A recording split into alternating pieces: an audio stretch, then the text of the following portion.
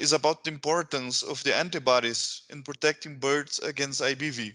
So specifically, if the IBV maternal derived antibodies are protective for IBV, and what is the difference of the killed vaccine antibodies to maternal derived antibodies? And what is the importance of each one? Well, maternal derived antibodies for IB,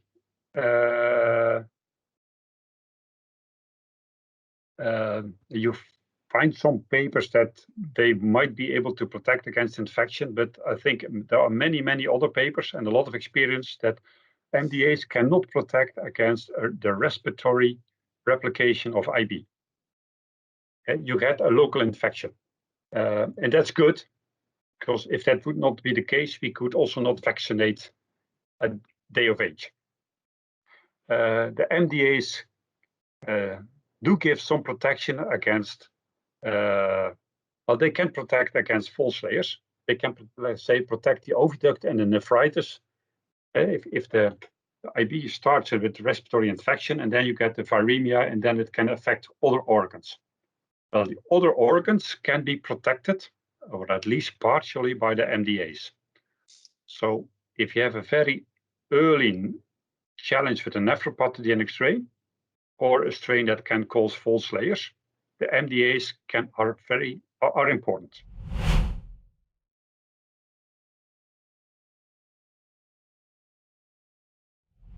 A last question, Dr. Jack, is what is to be considered an acceptable vaccine reaction, and with how many days we can find this? And is there any difference between different vaccine strains? Well, there can be differences between vaccine strains. They all have fulfilled the safety requirements. So at that point, they are all supposed to be, well, they expect to be safe, but you can always have something, a vaccine that's even more safe than safe. So you can have there can be a difference. I consider an acceptable vaccine reaction if you have it, I don't know, 3, well, maybe 4 or 5 days after the vaccination with IB. You have a mild reaction, and no mortality, please, or hardly, but I would like to have some reactions that I can notice, because then I know the vaccine is doing a good job. If a flock is completely silent, you hear nothing, even if you hear at their ears, you hear nothing. Some people are happy because they say, okay, no vaccine reaction. But for me, that's okay. Is it working? So I like it to be a few days of mild vaccine reaction. I find that a very good thing. Yeah, that's a common situation that we find in the field, where sometimes mainly the farmers, they hear some sneezing or some how can I say, crackles, and then they find, oh, there is something wrong. No. In the same way, we can see that the flock performed very well with good results, with no challenges in the older age, and the vaccine work very well. So that's just, really common.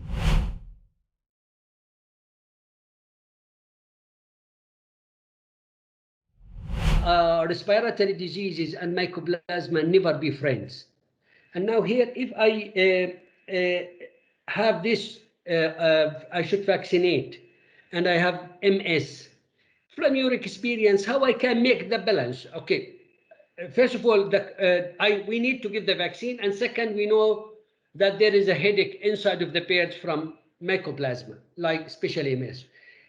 In your experience, how I can just drop my points to the fact without affecting the activity of the vaccine, like IB? Well,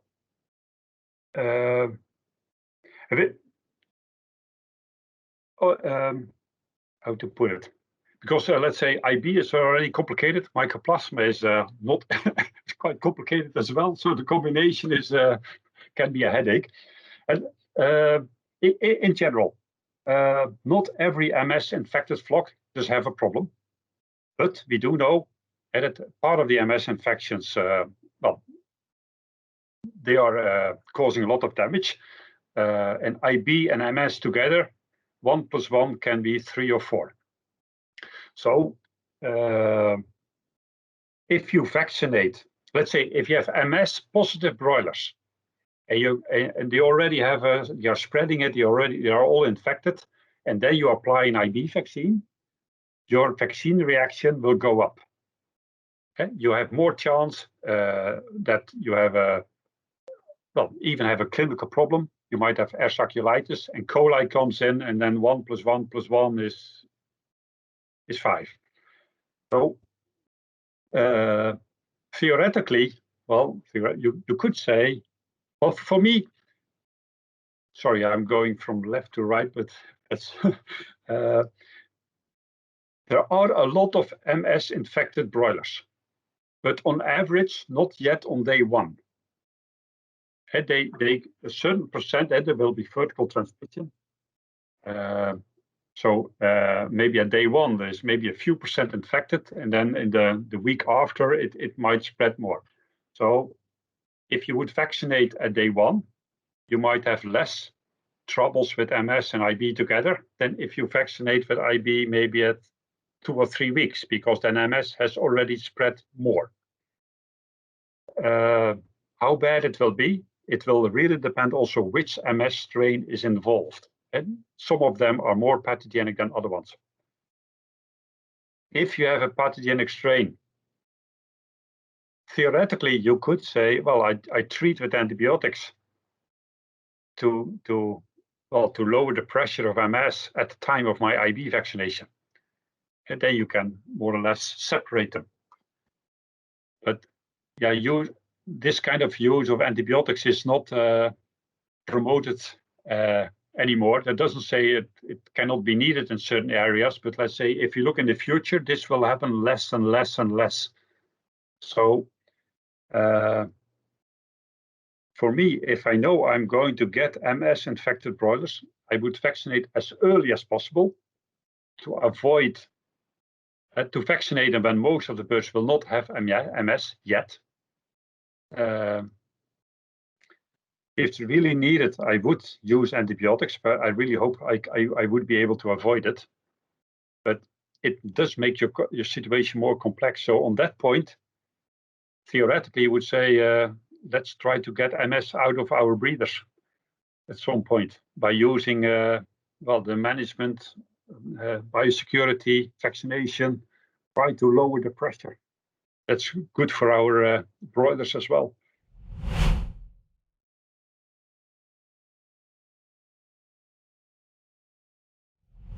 Regarding the combination of variant and Massachusetts, they are good, like Q1 or 793. This we knew that this type of combination we need it when we are facing at early age IB. And in a specific case, like if we have facing QX in a breeders and layers, we should vaccinate at day 1 because the QX problem it comes first 2 weeks in the area early. And this is what we would like to know your opinion about this. If you use combinations of IB vaccine, smart combinations, and you're stimulating. If one vaccine is, for example, Massachusetts, and one is Q1 or QX or 793B, in the end, you're offering the chicken more different parts of IB, so you get a broader response. And we know, in general, if you get a broader response, you also get a broader protection. So, yeah, I think this works. This approach works quite well for many strains.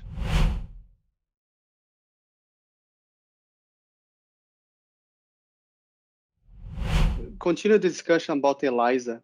Now, why do the various commercial ELISA tests respond so different to IBV? And what is the main point regarding that? So, and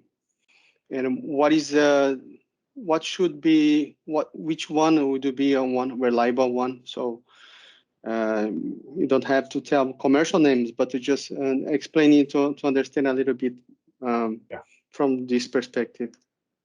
The ELISA titer is the result of many things. One, which antigen. But usually the different commercial ELISAs tend to use all Massachusetts. So, but the amount of antigen, you have what's a very important part for the titers. Which conjugate are you using? Which substrate? What's your cutoff?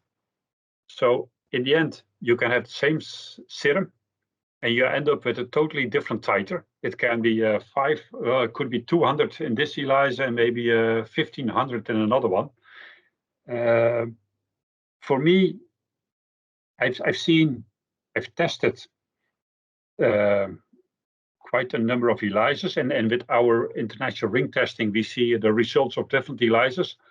And for me, it's quite clear that for me, the different ELISAs are all suitable, but different. You have to know your product to be able to interpret titers.